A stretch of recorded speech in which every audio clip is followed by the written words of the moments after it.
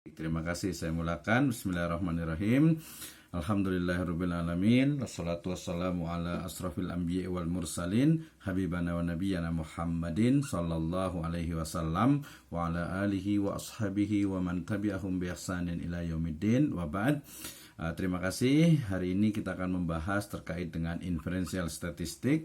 Kemarin pun sudah dibahas, jadi di slide 1 sampai 5 saya rasa ini pengulangan, tetapi kita ingatkan kembali juga dengan firman Allah Subhanahu wa taala dalam Al-Qur'an surat Al-Baqarah ayat ke-26, kemudian juga 147 dan juga Quran surat Al-Imran 60 serta surat Al-Kahfi 29. Kita masih ingat bahwasanya statistik yang dia dipraktikkan dalam riset ataupun penyelidikan penelitian itu sejatinya adalah mencari sebuah kebenaran. Dan di Al-Baqarah 147 dikatakan a'udzubillahi minasyaitonirrajim al-haqqu mir rabbika fala takunanna minal mumtarin. Ya, bahwasanya kebenaran itu adalah datang dari Rabbmu, sebab itu janganlah sekali-kali engkau termasuk orang-orang yang ragu. Jadi kebenaran nanti yang diperolehi daripada statistik ini dia memang sifatnya zon, tetapi zon ini ya dia boleh menjadi qot'i ketika data itu valid, kemudian juga masa dia menganalisis daripada data dengan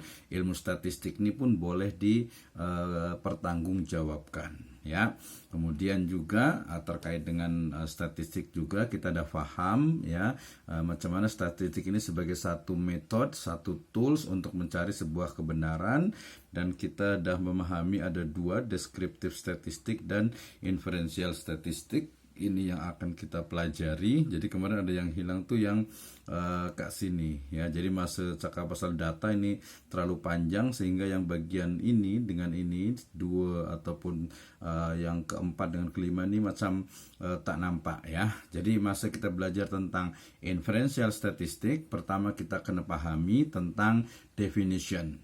Sudah paham ya, saya tak perlu inikan lagi bahwasanya inferential itu adalah dapat disimpulkan. Maknanya inferential statistik adalah statistik yang menyimpulkan ya daripada sampel yang diambil berdasarkan populasi yang ada. Oke, kita sudah jelaskan ini tentang pengertian daripada inferential statistik. Perbezaannya nampak daripada kalau inferential tentu saja dia boleh kita analyze ya, pun untuk mengambil daripada kesimpulan serta mengambil keputusan ya, satu evaluasi juga boleh digunakan di statistik inferential karena dia punya data itu lebih kompleks ya. Nah, ini pembagiannya singkatnya adalah bahwa inferential statistik ataupun statistika inferensial adalah metode yang berhubungan dengan analisis data pada sampel dan hasilnya digunakan untuk generalize terhadap populasi, selanjutnya memberikan kesimpulan dan rekomendasi kebijakan. Saya rasa ini boleh dipahami ya. Kemarin pun kita masih ingat ya, ada yang namanya data ataupun sampling jenuh, masih ingat ya. Actually sampling jenuh ini dia bukan sampling. Kenapa? Karena dia punya populasi memang tidak banyak, biasanya di bawah 100, sehingga kemudian seluruh populasi itu dijadikan sampel. Ya sebenarnya bukan sampel juga ya, jadi keseluruhan daripada populasi itu dijadikan subjek penelitian. Jadi macam pelajar di KIM ini ada dalam 85. So, saya ambil semuanya 85 untuk mengisi kuesioner. Itu adalah sampling jenuh.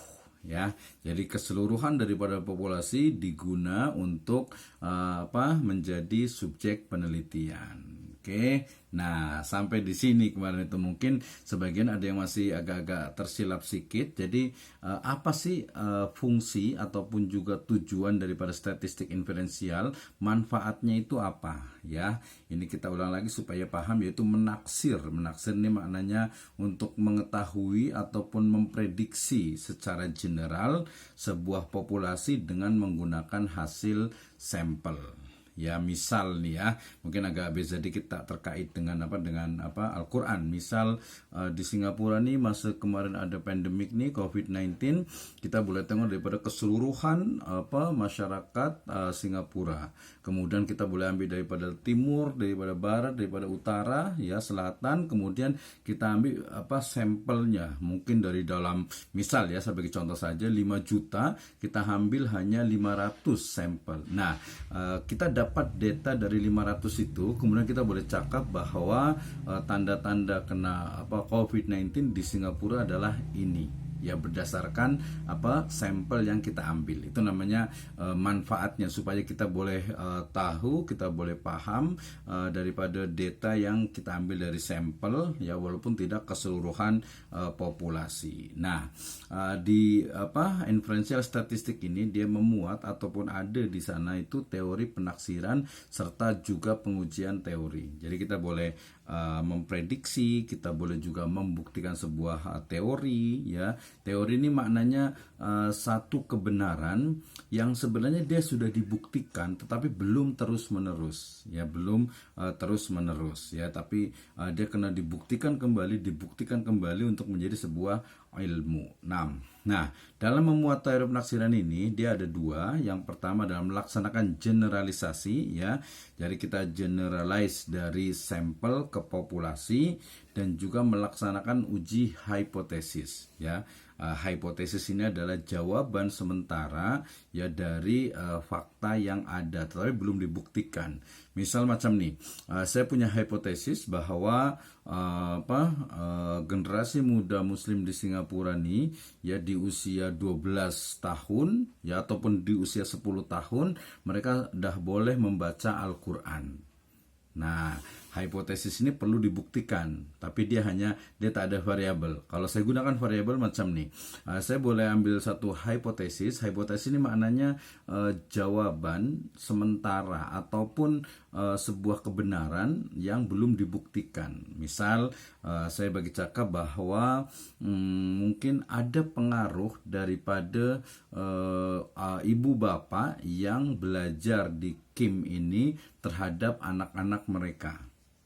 Saya kan belum buktikan, tapi saya punya hipotesis, saya punya, ya, semacam sangkaan, ya, sebenarnya masuk juga ke keyakinan, tapi keyakinan saya itu belum terbukti bahwa, ya, anak-anak dari ibu bapak yang kuliah di KIM, ya, itu akan berbeza dengan anak-anak Singapura yang mungkin yang tidak kuliah, tidak belajar, ataupun belajarnya di politeknik, di university dan sebagainya. Nah, tapi kan kena buktinya macam mana? Oh, banyak teori lah tentang macam mana tingkat ataupun level daripada education ibu bapak itu berpengaruh terhadap anak, gitu kan? Nah, termasuk juga nanti secara keagamaan, gitu ya. Nah, ini kita boleh untuk buktikan hipotesisnya. Jadi kita tahu ini hipotesis, saya katakan mungkin bahwa ada pengaruh pendidikan ibu bapak terhadap anak. Ya, terhadap anak ini dia boleh dari akhlaknya, atau dari sisi prestasinya, dari sisi kecerdasannya, dari sisi mungkin dia rajin beribadah. Nah, itu akan nampak, gitu ya. Itu yang pertama, ya. Kemudian yang berikutnya, dari ini ada dua. Yang berikutnya adalah terkait dengan kenapa kemudian kita mesti belajar inferential statistic, ya. Why we study statistic or inferential statistic. Ini biasanya di level nanti yang master, ya. Kalau di degree ini dia masih belum ada, walaupun di Indonesia dah diwajibkan juga untuk nanti selain kita menulis tesis, kita juga diharuskan menulis jurnal. Nah, saya rasa dah mulai biasa nih kena bahasa ini jurnal, ya. Jadi kalau kita cakap saat ini academician, ya, khasnya di college dan juga di university, selalunya mereka tuh menggunakan Scopus standard, ya. Jadi Scopus ini adalah satu dari level jurnal paling tinggi yang ada di dunia. ya. Nah, jadi ketika kita nak jadi profesor, kita nak jadi associate professor, ini kena menulis, kena ada satu tulisan jurnal, ya, artikel jurnal artikel yang dia boleh diindeks oleh Scopus, ya. Dan ternyata daripada artikel jurnal yang dia diindeks, ya, diindeks ini maknanya udah paham ya, diindeks ini maknanya diakui, ya, di recognize lah ya oleh Scopus, itu yang paling banyak menggunakan statistik inferensial, ya. Di statistik kemarin saya rasa saya sudah cakap sedikit pasal paradigma positivism or positivistic. Jadi memang saat ini dunia ini sekarang ini masih banyak menggunakan apa yang disebut dengan paradigma statistik atau paradigma apa yang disebut dengan positivism. Positivism ini maknanya kebenaran itu selalunya dibuktikan dengan numbers, dengan angka, dengan sesuatu yang sudah pasti. Itu definition dari ilmiah menurut mereka. Nanti kalau yang ilmu sosial, humaniora, termasuk sebenarnya tafsir hadis ini, dia masuk ke humaniora, dia adalah penelitian bukan ilmiah tapi alamiah. Walaupun nanti kalau yang Islam sebenarnya dia masuknya ke Islamic approach, ya. Kalau kita belajar tentang riset metodologi, itu biasanya itu tidak akan ditemukan satu riset metode untuk kajian atau studi Islamic studies, khasnya yang base daripada wahyu. Ya, ini nanti perlu dipelajari. Tapi yang kita pahami inilah bahwa level jurnal yang paling tinggi yang diakui secara dunia, internasional jurnal, itu paling banyak menggunakan inferential statistik, ya. Yang kedua adalah memungkinkan analis untuk mengeneralisasi, ya. Jadi author dia boleh to generalize daripada temuan finding, ya, di sebuah populasi yang lebih besar. Tadilah saya cakap, ya, bila kita macam kemarin itu ada satu tesis, ya, daripada pelajar Kim juga, beliau membuat satu kajian, satu penyelidikan tentang kemarin itu, ya, tentang makna daripada ayat yang di dalam Al-Quran. Kemudian dia cakap itu adalah Muslim Singapura, gitu, ya. Nah, masa membahas tentang Muslim Singapura, dia hanya ambil saja yang pelajar-pelajar di Kim. Saya rasa ini dia tak representatif, ya. Kenapa? Karena Muslim di Singapura ini dia sangat banyak sekali variansnya. Ada yang di college, ada di university, ada yang mungkin di timur, di barat, mungkin juga yang dia ada kerja di office, ada yang mungkin bisnis dan lain sebagainya. So bila kita cakap bila kita cakap Muslim Singapura, maknanya kita mesti betul-betul mencari representatif daripada masing-masing level ataupun varians Muslim di Singapura. Kecuali kalau kita cakap mungkin Muslim moderat, atau mungkin juga muslimah, atau mungkin juga Muslim di kawasan barat Singapura. Itu dah clear tuh. Jadi memang ada batasannya. Oke. Ya, kemudian berikutnya, jadi dia mesti mengeneralize tapi dengan syarat bahwa sampel itu dia representatif. Oke. Yang ketiga adalah boleh menentukan tidak hanya apa yang boleh terjadi, tetapi apa yang cenderung terjadi dalam program. Maknanya dalam statistik ini nanti ada prediction, ya. Jadi prediction di masa hadapan. Jadi statistik inferential statistik ini boleh digunakan untuk membuktikan daripada teori yang ada. Oke, yang pertama. Yang kedua, dia pun boleh untuk prediction, untuk memprediksi daripada apa-apa yang mungkin terjadi di masa hadapan, ya. Mungkin kita nak tahu pasal macam mana kira-kira. Saya tengok nih kawan-kawan yang alumni daripada Kim nih banyak yang ambil master, bahkan ada kawan yang daripada Woodland nih dia ambil PhD, kemudian pun ada yang belajar lagi di UTM, di GB dan sebagainya. Nah, itu saya rasa ke hadapan bila tren ini terus berkelanjutan, maka boleh jadi quality akan lebih naik lagi. Sekarang udah bagus, tapi dari yang luar biasa menjadi istimewa. Nah, macam tuh ya. Oke, itu yang ketiga. Jadi boleh memprediksi sesuatu yang mungkin akan terjadi di masa hadapan. Yang keempat adalah membantu menilai kekuatan hubungan variabel, baik itu independen ataupun dependen. Ya, ini dapat melihat dampak relatif dari berbagai program. Nanti kita paham bahwa statistik ini nanti nanti boleh Ustazah Surina ya akan bahas tentang, mudah-mudahan nanti selepas asar boleh, yaitu tentang regresi linear berganda. Regresi linear berganda ini maknanya ada pengaruh dari X1 dan juga nanti mungkin ada X2-nya terhadap Y. Misalnya saya tadi cakap pengaruh dari ibu bapak yang belajar di KIM terhadap pendidikan anak. Nampak tuh ya. Atau mungkin boleh juga nih, karena banyak ustazah nih ya, pengaruh pemahaman agama istri ya terhadap keharmonisan rumah tangga. ini boleh juga kita nak buktikan ya, pasti berbeza antara di Indonesia, di Singapura dan juga di Malaysia ya, pasti akan berbeza ya. Jadi ada biasanya kalau tadi regresi itu dia selalunya ada pengaruh ataupun juga hubungan ya. Itu pun ada juga, jadi ada pengaruh, ada hubungan, nanti ada comparison pun ada juga. Oke. Nah, jadi dia untuk melihat sebenarnya seberapa kuat gitu ya. Atau mungkin kita boleh juga try untuk misalnya di dalam Al-Qur'an.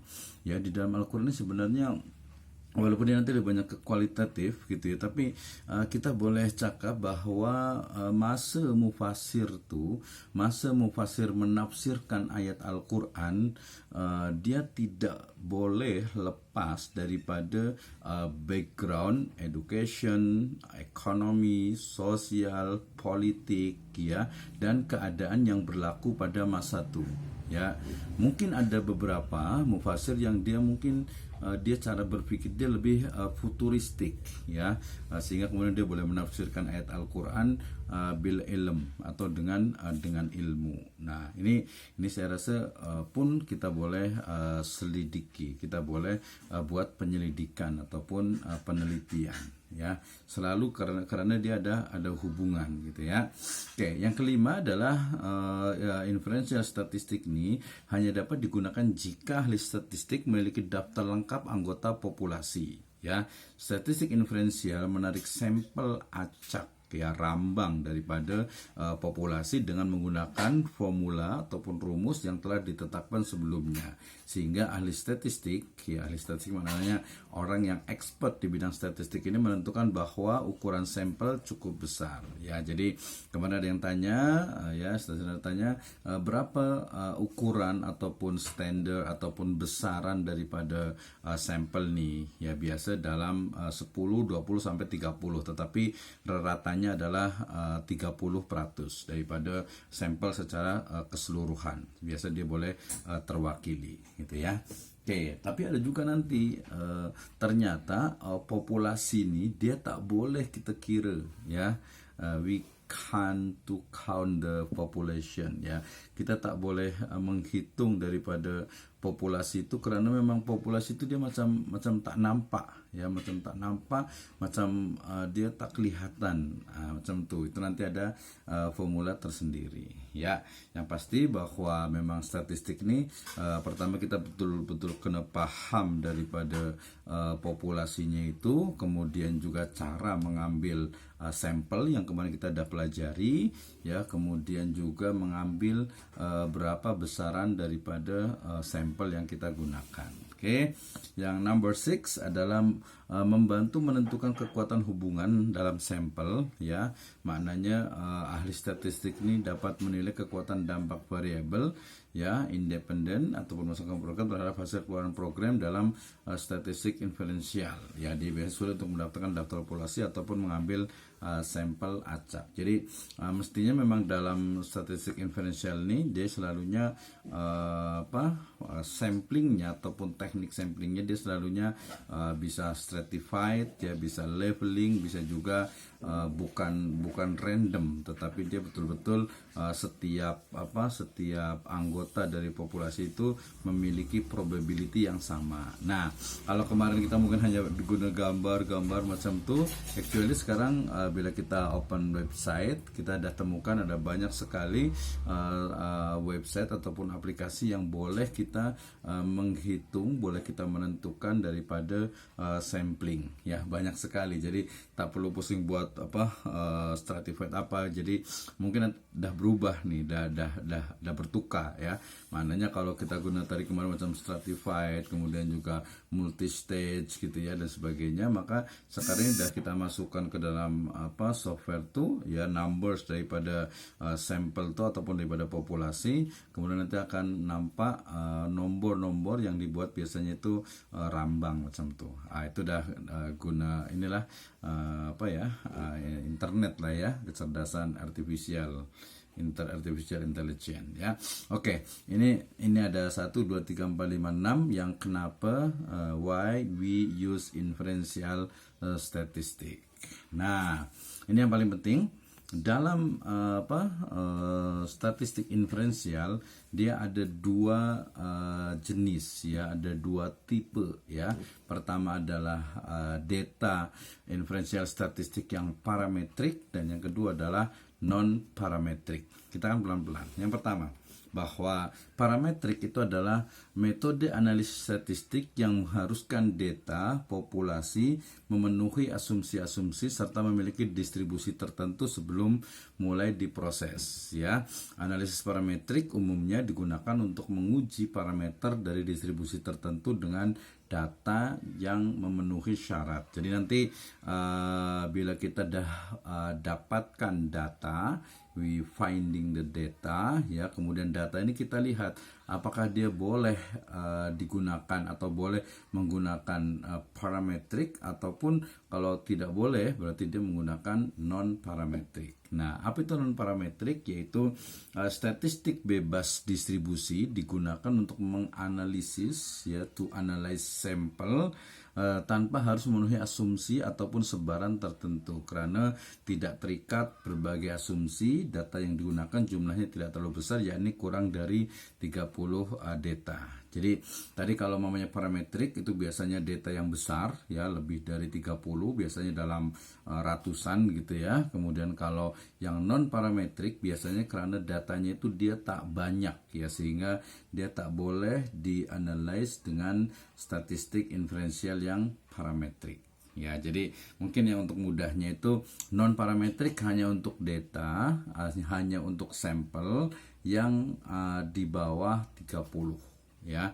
Ini bukan 30, tapi memang jumlahnya hanya 30. Macam nih, misal saya nak buat riset pasal satu pelajar sekolah rendah di Singapura ya. So dalam satu kelas tuh ya, dalam satu bilik darjah tuh mungkin dia hanya 20 orang ya. Nah, so saya ambil 2 kelas. Nah, 2 kelas ini ternyata pun tak sampai 30, hanya 29. So dari 29 ini berarti dia punya data ini dia memang tak banyak ya. Sehingga kemudian saya gunakan nanti non parametrik ya. Jadi ada 2 berdasarkan jenis data yang memenuhi syarat. Jadi data ini ketika kita analyze, dia mesti ada syarat-syarat yang dipenuhi ya.